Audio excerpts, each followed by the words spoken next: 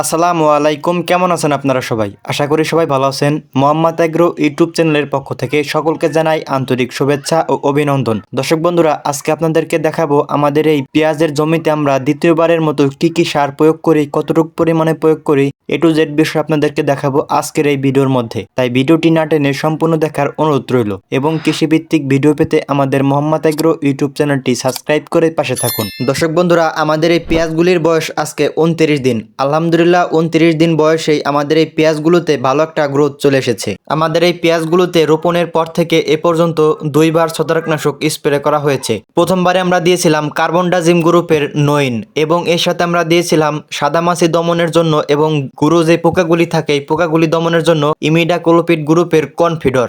এই দুটি কীটনাশকই আমরা দুইবারে স্প্রে করেছি, 10 দিন বয়সে একবার এবং 28 দিন বয়সে একবার। আর এখন আমরা 29 দিন বয়সে সার প্রয়োগ করে সেচ দিয়ে দিচ্ছি। অনেকেই 3 বার সেচ দেয়, আবার অনেকেই 2 বার সেচ দেয়। আমরা প্রতি বছর 2টা সেচ দিয়ে থাকি, রোপণের পরে একবার এবং 28 থেকে 29 দিন বয়সের মধ্যে একবার। দ্বিতীয়বারের মতো আমরা যখন সেচ দেই তখন আমরা ইউরিয়া, ডিআইবি এই সমস্ত সারগুলি দিয়ে আমরা সেচ দিয়ে দেই। আমাদের এই মাটিগুলো একটু পান্তা মাটি, সেজন্য আমাদের এই মাটিতে 2 বার সেচ দেওয়া হয়। এই 2 বার সেচ দেওয়ার কারণ হচ্ছে এই মাটিগুলোতে একবার পানি দিলে অনেক দিন পর্যন্ত মাটিগুলো ভেজা থাকে, মাটিগুলো শুকাতে দেরি হয়, এই জন্যই 2 বার সেচ দেওয়া হয়। তো এই সমস্ত সারগুলি আমরা দ্বিতীয়বার সেচ দেওয়ার আগেই দিয়ে থাকি। তো এবার আপনাদেরকে বলবো আমরা এখানে কি কি সার কতটুকু পরিমাণে দিচ্ছি। আমরা এখানে প্রতি শতাংশ দিচ্ছি 800 গ্রাম পরিমাণে ইউরিয়া এবং 400 গ্রাম পরিমাণে ডিআইবি এবং এর সাথে আমরা 30 শতাংশ জমিতে দিচ্ছি 1.5 কেজি থিওবিট, 1.5 kg high gold, 3 kg sulphur এবং হাফ লিটার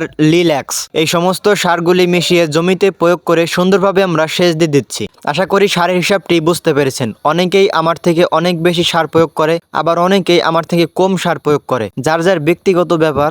আমি প্রত্যেক বছর এই পরিমাণে আমাদের এই পেঁয়াজের জমিতে সার প্রয়োগ করে থাকি দ্বিতীয়বার সেচ দেওয়ার আগে। অবশ্যই আপনারা এই সারগুলি বিকালে প্রয়োগ করার চেষ্টা করবেন এবং ওই দিনই বিকালে সেচ দেওয়ার চেষ্টা করবেন, এতে ভালো রেজাল্ট পাবেন ইনশাল্লাহ। তো দর্শক বন্ধুরা, আজকের ভিডিও পর্যন্তই, দেখা হচ্ছে আবার নতুন কোনো ভিডিওতে ইনশাল্লাহ। আমাদের এই পেঁয়াজগুলিতে কখন কি পরিমাণে কীটনাশক স্প্রে করি, কখন কি পরিচর্যা করি, সমস্ত কিছু আপনাদের দেখানোর চেষ্টা করব ইনশাল্লাহ। তো ধন্যবাদ সবাইকে, আসসালামু আলাইকুম।